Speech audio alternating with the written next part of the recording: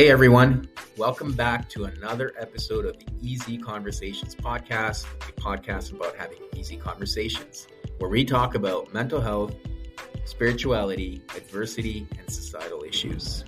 I'm your host, Furkan Kandia, and join me in this week's captivating episode where we dive deep into the mesmerizing realm of bodily healing, unlocking the secrets behind its extraordinary ability to restore harmony to mind, body, and soul.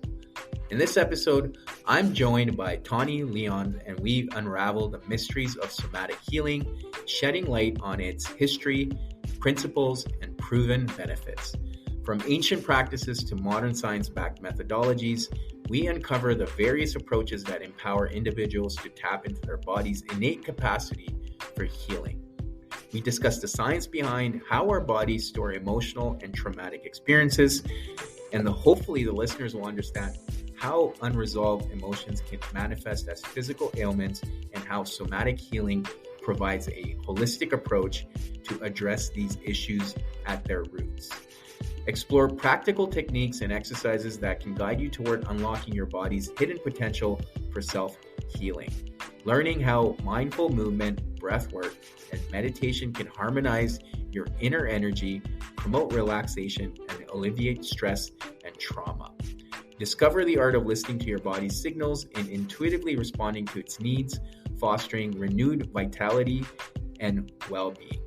We also cover the intricate neural mechanisms underlying somatic healing, explaining how it stimulates the release of neurotransmitters that facilitate emotional release and physiological balance.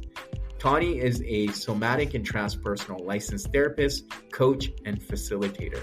She is devoted to continually exploring and supporting mutually deep and expansive connections, believing that the way we heal the world is right here, right now, by way of connecting with the stories in our bodies, the narrative of our nervous systems, and the co-creativity made by clicking with both the human and other than human world. She has a hope that all beings may know liberation and transformational love. Please check the show notes to see how you can find Taune online, and also leave a review or a comment in the comment section. I would truly appreciate it.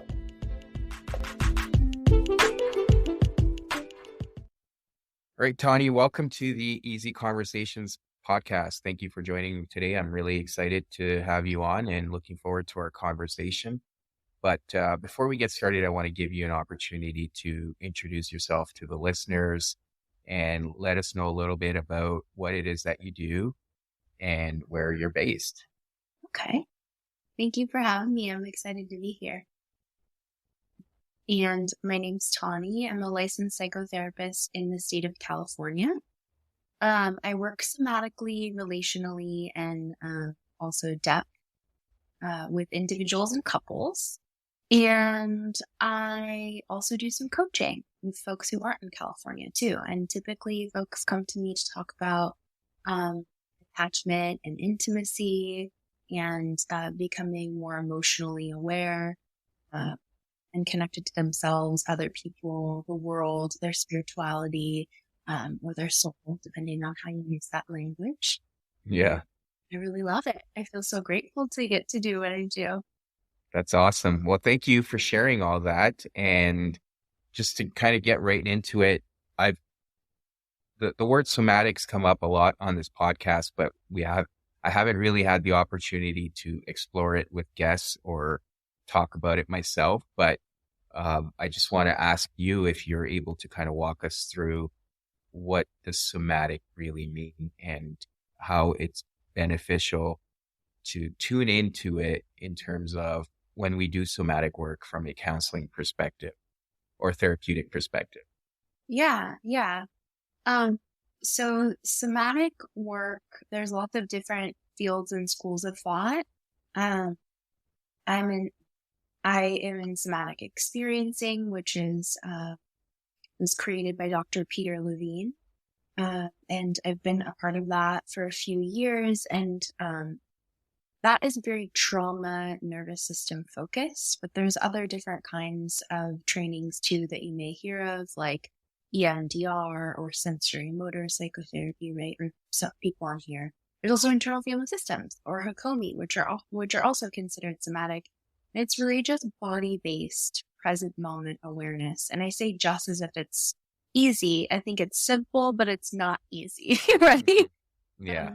Somatic work is really noticing the sensations in your body, different imagery that comes up, memories, your behaviors, and then um, getting a clearer understanding of what feelings you're feeling and how they're associated with your body.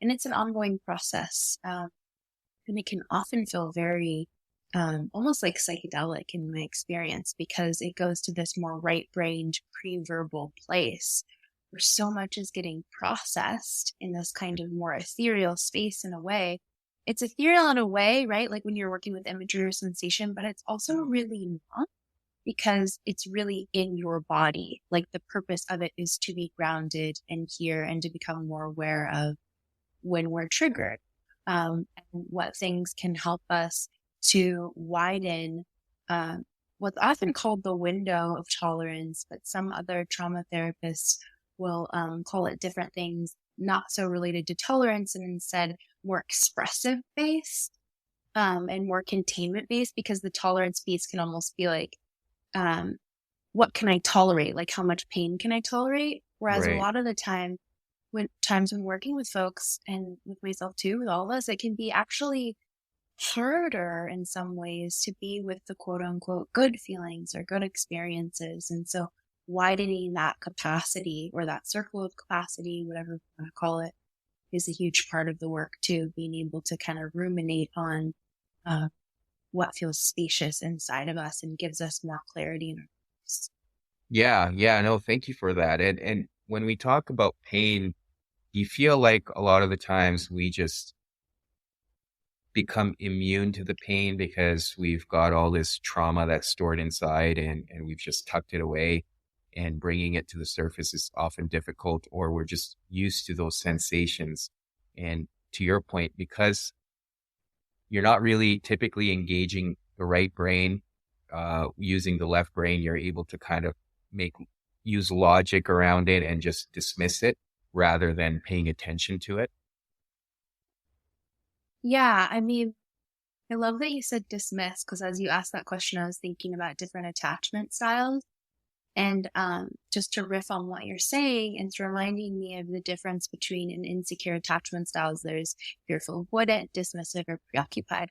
And often people will think, oh, dismissive or avoidant, they're not feeling anything. Hmm. They have like maybe some people will think, oh, I don't have feelings, or I don't have that pain tolerance. But really, in my experience, is that when we thaw out from that dismissiveness, or get closer to our heart, to our bodies, to our sensation, we recognize, holy shit, there's all this pain here. And that's Yeah. where we need to titrate it, right? Like come in a little bit and then come out. Otherwise, we'll become overwhelmed with the Yeah. pain. Yeah. Yeah. Yeah, and the pain is really there to give you something, offer something. Like the body's Yeah. always trying to send us a message, and sometimes that pain can increase if we're not really paying attention to it, or not figuring out what the source of the pain is. Yeah.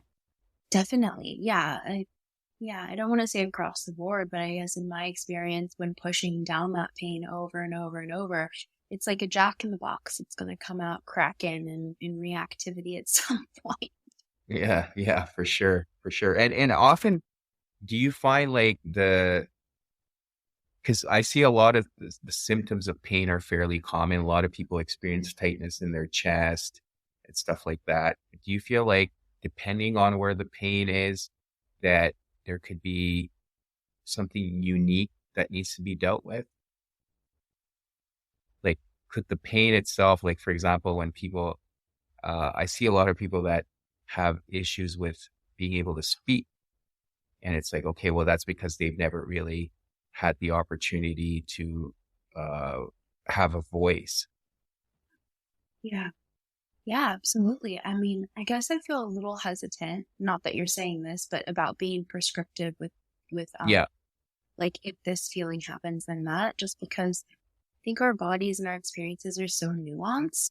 And for me, where the magic and transformation really happens is slowing things down like really pouring molasses over our experiences in a way, and just like for that example that you brought in, if I had a hard time speaking, really being with the sensations in my throat and seeing if anything comes up as I'm with that internally, like if I bring my interoception, my internal awareness to that space, and maybe trying to swallow or see what my body wants to do, or maybe yell, and then see if there's any emotions related to certain memories that come up, and then kind of work through it that way. And then hopefully, be able to express at some point whatever needs to be expressed, for sure. Yeah, and interoception is a very fascinating thing for me, because I think there's so many layers behind it, because you really have to have this ability to find stillness and pay attention to what's going on internally. And I think in kind of the society we live in today, it's hard to be still and find that moment of solitude and really pay attention, because our lives are so cluttered with everything going on around us. We created all this busyness.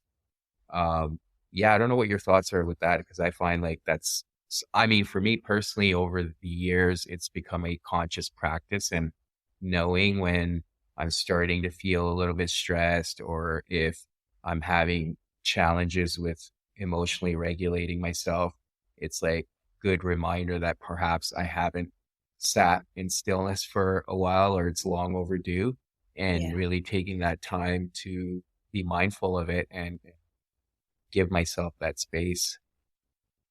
Yeah, I'm so glad that you brought in the culture and systems piece around, capitalism for one, right? And and just this idea, and not just idea, but our lived experience of, needing to make money to survive and go, fast, fast, fast. And then a lot of times intergenerational trauma wise, we can come from a very sympathetically oriented family system that needed to run to survive, or needed to work so much to survive. And some of us need to do that now. I think most of us need to do that now, right? So there's this, it's paradoxical in a way, because we need to slow.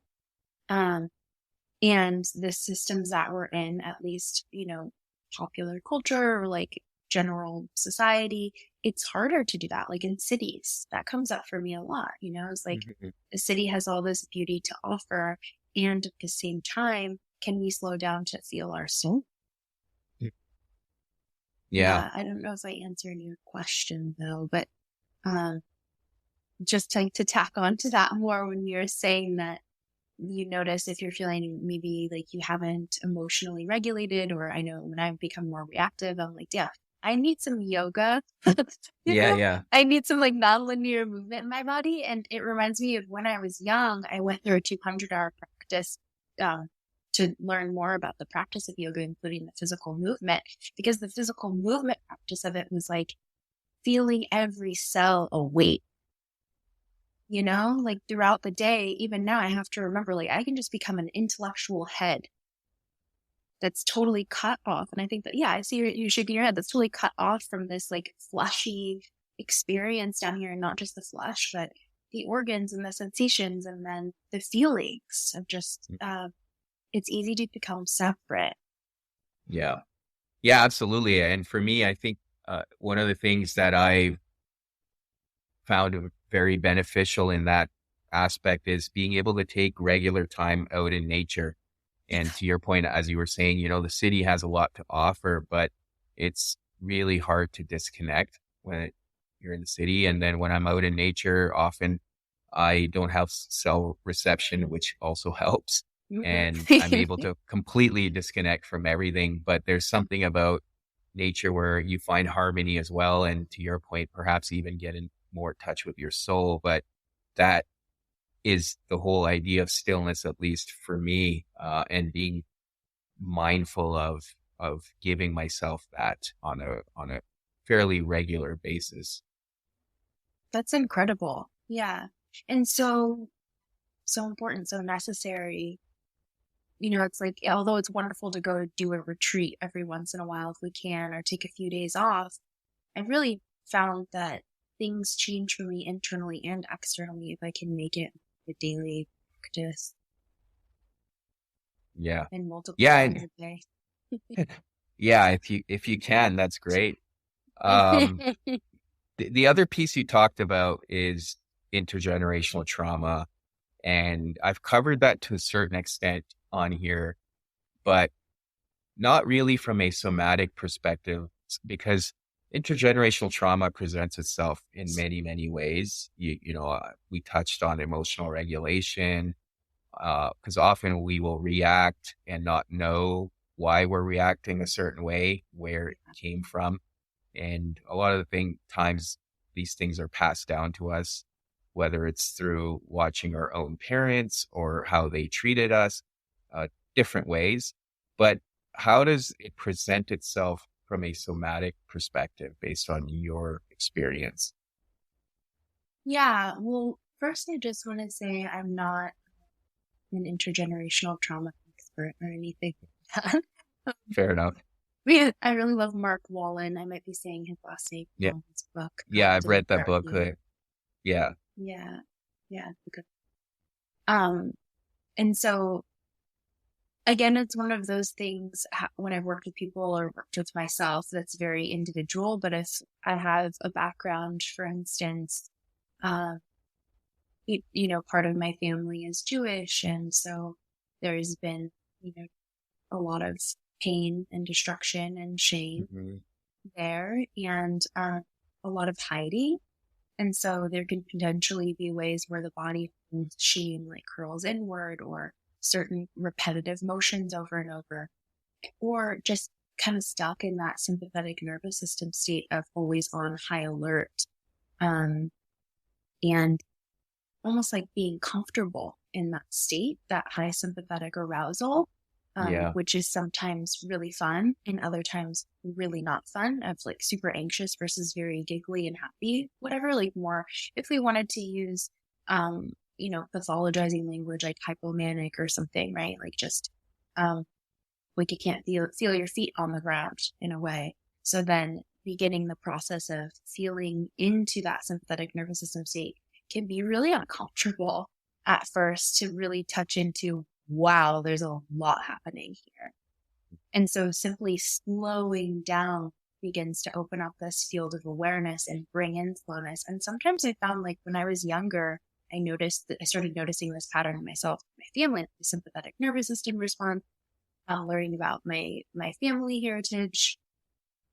And it's kind of funny to say this, but I was like, oh, it's going to be boring if I don't have that.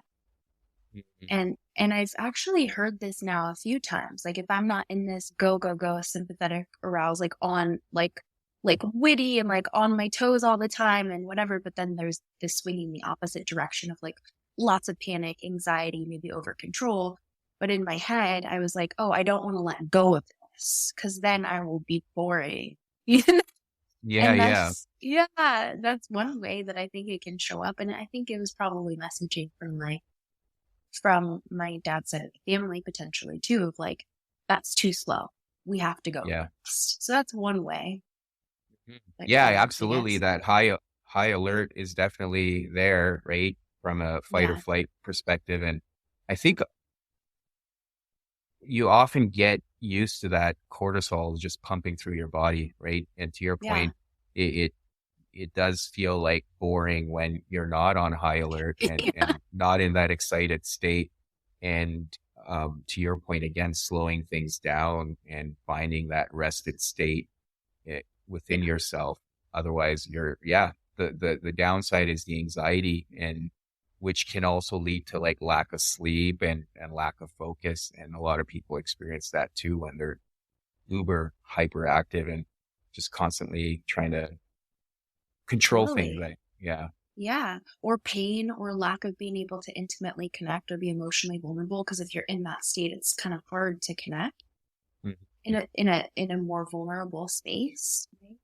I think a Yeah. reframe that can really help that is, and also is related to intimacy too. It's kind of funny, but it's like you can be in that state of ventral vagal or when you're feeling safe and social, and you can pepper in like idiosyncrasy and playfulness and jokes and irreverence or whatever. And similarly with intimacy, you can have healthy relationships. Like, okay, sometimes they're going to feel boring or whatever. Also, you can have some spicy, like toxic sex. You know what I mean? Like we Yeah. get to create, if we like parts and pieces of that, let's move towards making it more, I guess, wholesome. Yeah, I don't know about wholesome, but like more, um, more healing. That's the Right. ideal for me and folks I work with generally anyway. Okay. That's fair. So it's not like judging yourself too much and finding some sort of a balance where you're still able to operate in a healthy state, but not completely dismissing all parts of yourself. Yeah, 100%. Inviting them in, getting to know why they're here, and then Right. being able to express them in a way that's more conscious. So it's not just reacting in a way that's harmful, but if you want to play with that kind of energy, you can do that. One of my mentors, Francesca Gentile, teaches Conscious Kink, and I went through her program, Conscious Kink for Clinicians. And it reminds me of that actually, is like being able to play with power dynamics as an example in a way that is full of consent, awareness, and embodiment, as opposed to just living them out Mhm. reactively, which is actually incredibly common, especially Right. coming from more of a domination based capitalistic culture. Yeah. Yeah. Yeah. And that's probably a good segue into internal family systems, right? And a lot of the work Carl Jung did was around integrating that shadow. Otherwise, it just keeps controlling you. Um, so, which I find really fascinating, right? And then there's probably later on, probably another segue into being more aware of your soul. But yeah, I think that element of being able to truly integrate your shadow is really fascinating because the tendency is to either not be aware of it or become aware and try to completely dismiss it, as we've talked about. And how do you find that healthy balance? And so, I mean, probably looking to you for that a little bit in terms of how do you inter integrate that internal family systems work into your Yeah. practice then? Yeah. Um, yeah, I'm just navigating how to answer that. I think, Yeah, yeah, yeah, just to answer the first part of your question before the IFS part, um, is I think I'm thinking of this in Ram Dass's book. I forgot the name of it, but there's this picture of hippies and cops. He's like hippies create cops and cops create hippies. You know?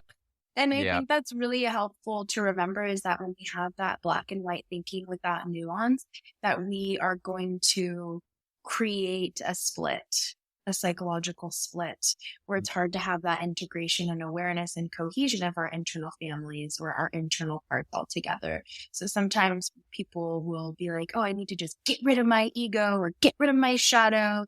And I understand the desire for that to Mhm. kill those parts, but I also am more curious about getting to know those parts because I don't believe, and it's not just me who believes this, not like I'm saying some wild thing, but we can kill off parts of ourselves in that way. They're just going to come up. And I think you were alluding to that too, right? In other ways.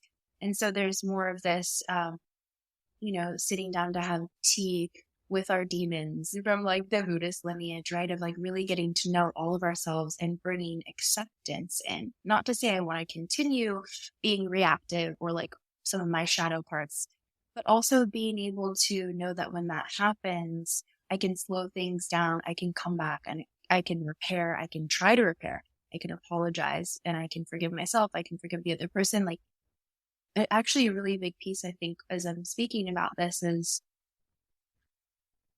the acceptance and the curiosity towards all of our parts, but also Mhm. bolstering up our own emotional communication is a huge part of my own path in life and with working with people. Because if we can trust that we're going to be able to know how to approach conflict and repair, then our shadow might not be as scary.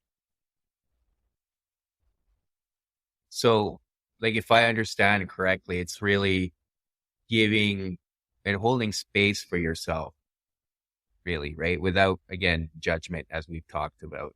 And I think being comfortable with all those parts of ourselves that often present themselves, right? Yeah. Totally. It's kind of like the yin and yang, like you uh kind of have to balance both. Yeah. And with other people too, right? Like, you know, especially, yeah, it doesn't really matter when this was, but like sometimes when there has been conflicts, I have demonized people. That's a very common thing, especially in couples therapy of like, this person does this thing, maybe their shadow's popping up, right? Um, and that means they're a fucking asshole. It's like, wait a minute. They can't be totalized by their by just one behavior too, Right. right? Um, but then therein lies the importance of all of us doing this work if we can, uh, to be able to really acknowledge all parts of ourselves and treat ourselves with compassion and other people. I think it becomes easier to treat other people with compassion if we're treating ourselves with compassion. Yeah. Yeah, and I think that's part of the problem I see right now everywhere where there's a lot of blaming and finger pointing is because people haven't really been able to give themselves space and compassion, or they haven't done their own healing. So it's easier to villainize others, and to your point, not recognize that we all have our own shadows that we're dealing with, or our own uh, challenges that I truly believe we all need to heal. And that's something that we all need to embark on. It's a lifelong journey because there's so much that happens and so many layers to it as well. Yeah, absolutely. I'm right there with you.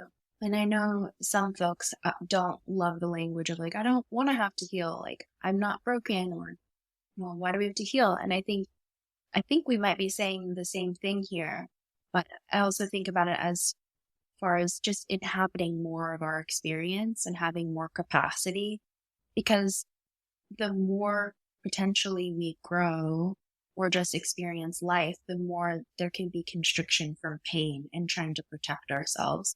And so the more we can become aware of that and, like, as you say, heal and become conscious of it, then we're able to notice it and through it to become more spacious again.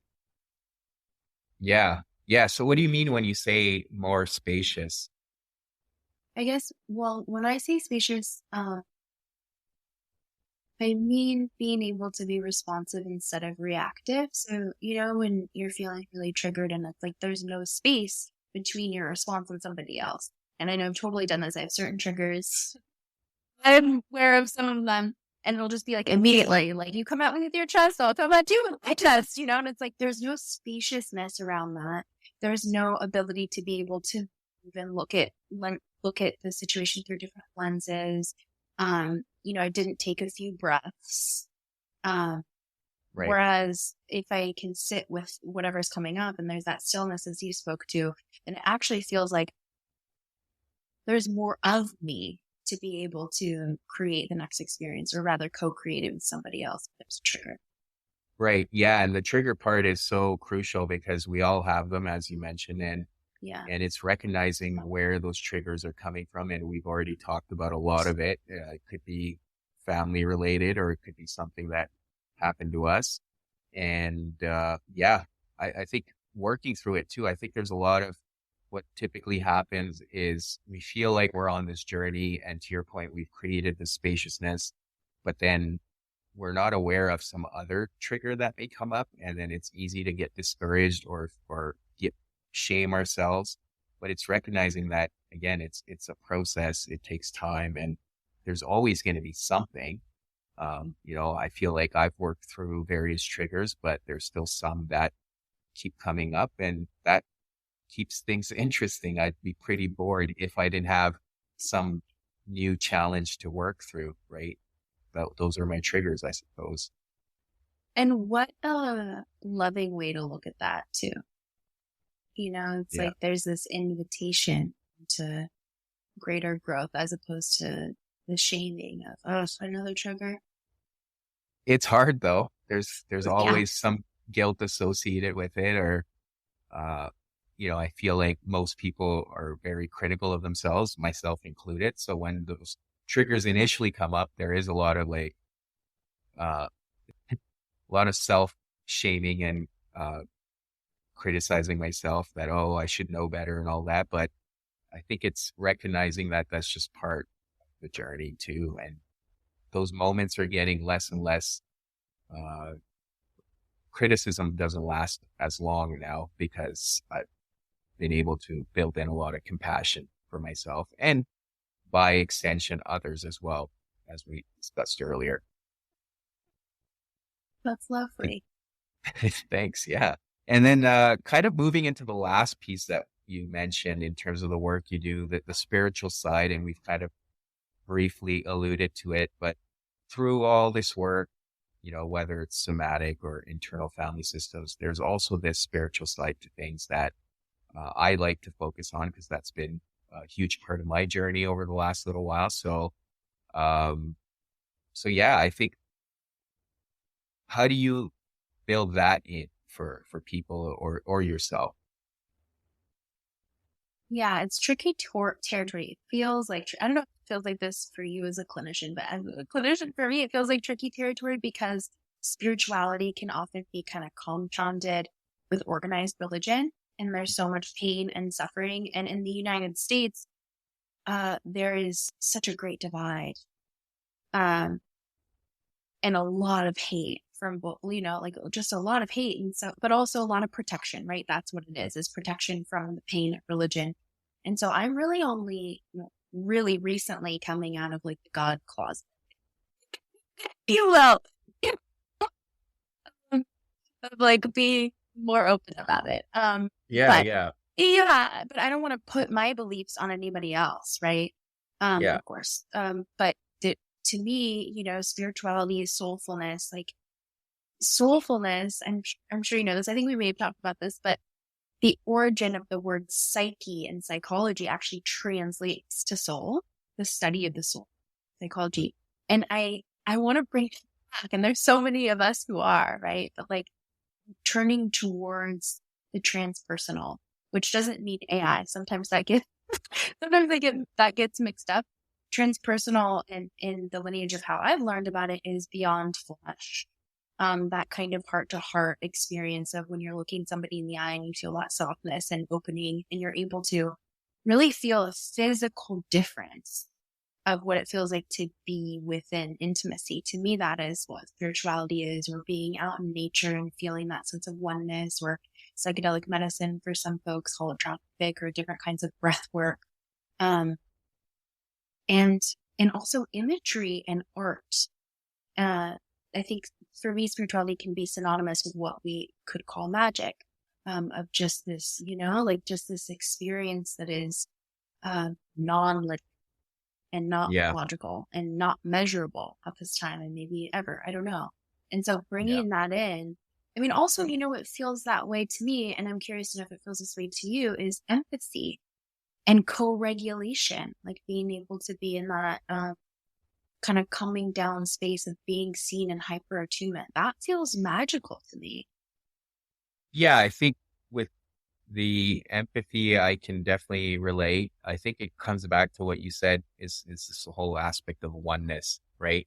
When you can realize that we're all kind of one, and quote Yeah. unquote, but or we're all part of unity, then it's easier to have empathy because you're like, hey, this is just another part of me or someone that's experiencing something. And I think it ties in with compassion. It almost goes hand in hand.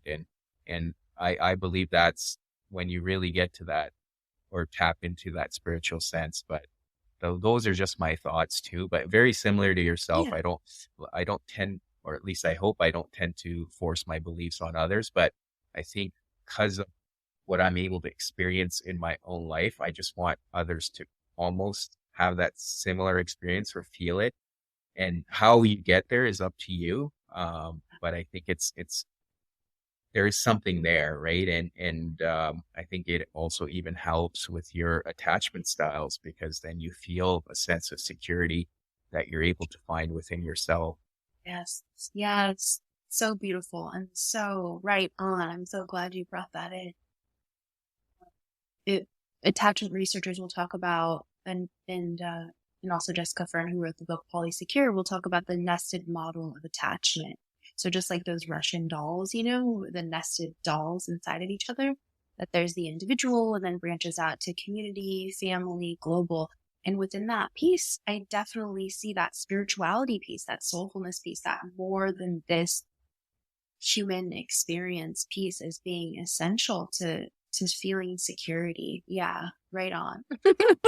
Yeah, So with yeah. No, you there. I like the Russian doll example for sure, or the metaphor, because that that is how it is, right? And then when you get down to the root of it, there's what you really come back to is your inner self or your highest self. And I think we all have that. And I think that's where you can really find that sense of oneness or unity.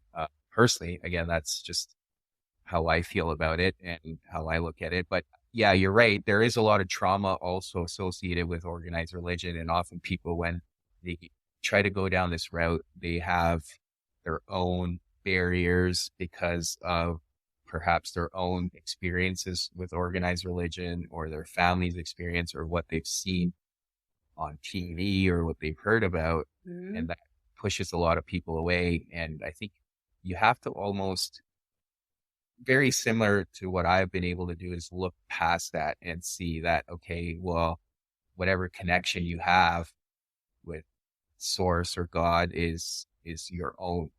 It's at least the way I can explain it, is very private. So let's not focus on all the noise. Try to get past that and see how that feels. But yeah. Yeah, I really appreciate you explaining it in that way. Yeah, because it is important to acknowledge we all have these barriers and biases to what religion or God means. And it can really just be another invitation, I guess, into recognizing what does it mean for you? What Yeah. does God mean for you? I've been really vibing on this. It feels like that we're so infrequently understanding each other. We're so infrequently communicating. And so if I were to just slow you down, and I wanted to a lot during this, not that you're talking fast, but just like, I want to like know more about like, what does God mean to you? And like, when you say attachment, what does that mean? And just like really defining each piece, because that actually helps me to know you more. Otherwise, it's not really, landing, there's all Yeah. these ideas of what I think you mean instead of what you really mean. Yeah. It's kind Yeah. of a And tangent. no, I appreciate that. I think it's also, maybe it doesn't have to make sense, right? Like, because our experiences are so unique, we have certain things happen to us in life or coming to God moments. It could be very, very unique, right? And it's Yeah. often what I've learned and what I've heard from others who've gone through similar journeys is you can't put it into words. And Yeah. sometimes you don't want to put it into words. And I think part of the problem is we want to be able to, because we're so used to language, we want to be able to explain things. And it comes back to the whole right brain aspect, that sometimes maybe you need to operate in the right brain and just let things be, uh, rather than trying to always use logic and explain things away. Yeah, that feels important. So if you want to draw what you believe God to be, I want to see it. You want me to draw? Yeah, well, I'm just that's kidding. probably, yeah, no, that's fair. That's But fair. like, Yeah. And art's more right brained. I'm just teasing because yeah, I still have that desire, even though it's so true in what you're saying. I still have that desire to understand people more. yeah, no, that's Yeah. fair. But I think that's part of the problem too, right? When people hear the word God or whatever they use to describe it, immediately the image just pops up as this old man in the sky, right? Yeah. Because of how we've been conditioned. Mm-hmm. And that alone can be very triggering for people. So it's being able to maybe take a step back and try to deprogram yourself in a way and off even recognize certain biases that come up from words you hear, because that to me is often the issue. Yeah. I feel really moved by that. I just took a really big, deep, relieving breath. It feels like really, really important work to be doing. Yeah, absolutely. Well, is there anything, I know we kind of went off on a tangent here, but is there anything else you feel like we can add here in terms of somatic work and perhaps we haven't covered yet, and that could be useful for the listeners? I guess one thing is that's coming up for me is that there isn't one right way to do any of this, but any way that a person can feel supported in their exploration of their inner experience uh, is probably the way to make a step towards. Anytime, you feel in connection or there's this maybe overwhelming sense of awe or wonder. Uh, it could be looking at a sunset or doing something physical, but just all those invitations, just kind of follow that. That's my Yeah, hope for folks and for myself right. and, for everyone is to continue following that thread back to the body and really back to our hearts and the sense of interconnection. Yeah, and I think just to kind of add on that too, I think recognizing that one of the things I've found is through healing, when you're able to be comfortable with that sense of self, you often then can hear that voice inside of you, right? People may call it their intuition or their gut. It's being comfortable with that voice and giving it space. And I think, like you were saying, when you have those experiences, recognize what that voice is saying. And often, therapy is obviously helpful in that Yeah. sense where someone can guide you. But being what I wish for people is to really be able to sit with that voice and give it space, because that's ultimately what I think is the goal. And Yeah. and that's when you're able to do that, you have that overwhelming sense of awe, as you mentioned too. And then you want that for others. And that's how I think you, through compassion and empathy, you're able to connect with others in a similar fashion. And that's, yeah, I love that you just shared that. And then I was thinking too of how important it is to have some kind of support around, because sometimes that can feel unreachable at certain times, right? And I know sometimes just sitting in circles with people that are willing to really cry and dive deep and whatever that might not seem so normal, that can be really supportive to your own inner journey or my own inner journey. And of course therapy. And I think I was going to say, I just really love surrounding myself, and it's really important to surround myself with people who are willing to go deep. And I actually think that's a really important part of the journey. Hey, and I see you shaking your head. Yes. Yeah. Um, and that it also doesn't always feel good. Sometimes it's this really uncomfortable liminal space where it feels like you're getting crushed, and that's just a part of it. Mhm. Yeah, it can be overwhelming for sure. So I appreciate you adding that part, having that sense of community. And that's why community is important, because that's where you can find connection, and we all need that connection. And part of that reason is to be able to have that support when you do have that sense of overwhelming, or that overwhelming feeling come over you for sure. Yeah. Great. Well, this was great. And for listeners that want to perhaps get a hold of you or find you online, what are some ways they can do that? Yeah. Um, for folks in the state of California, the Psychology Today, and it's just Taune Lyons. My website is taunelyons.com, and I also have an Instagram where I post a lot of musings, sometimes a lot, sometimes not so much. And it's just Taune Lyons, and it's TAUNELYO. Thank you so much for having me. This was wonderful. Yeah, yeah. Well, Yeah. thank you again for coming on. I'm super grateful. And yes, typically I don't plan these conversations, as you're aware. So Yeah. I'm into it's that. That's my favorite. We just let yeah, our psyches explore. exactly. There's a lot of exploration. So I appreciate you being open and willing to go wherever it took us. Yeah, I appreciate you. Period.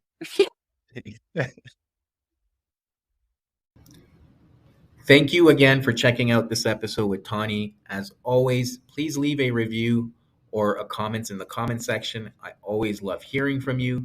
And also subscribe to the podcast. That's the best way to support this podcast. Thank you again, and until next week.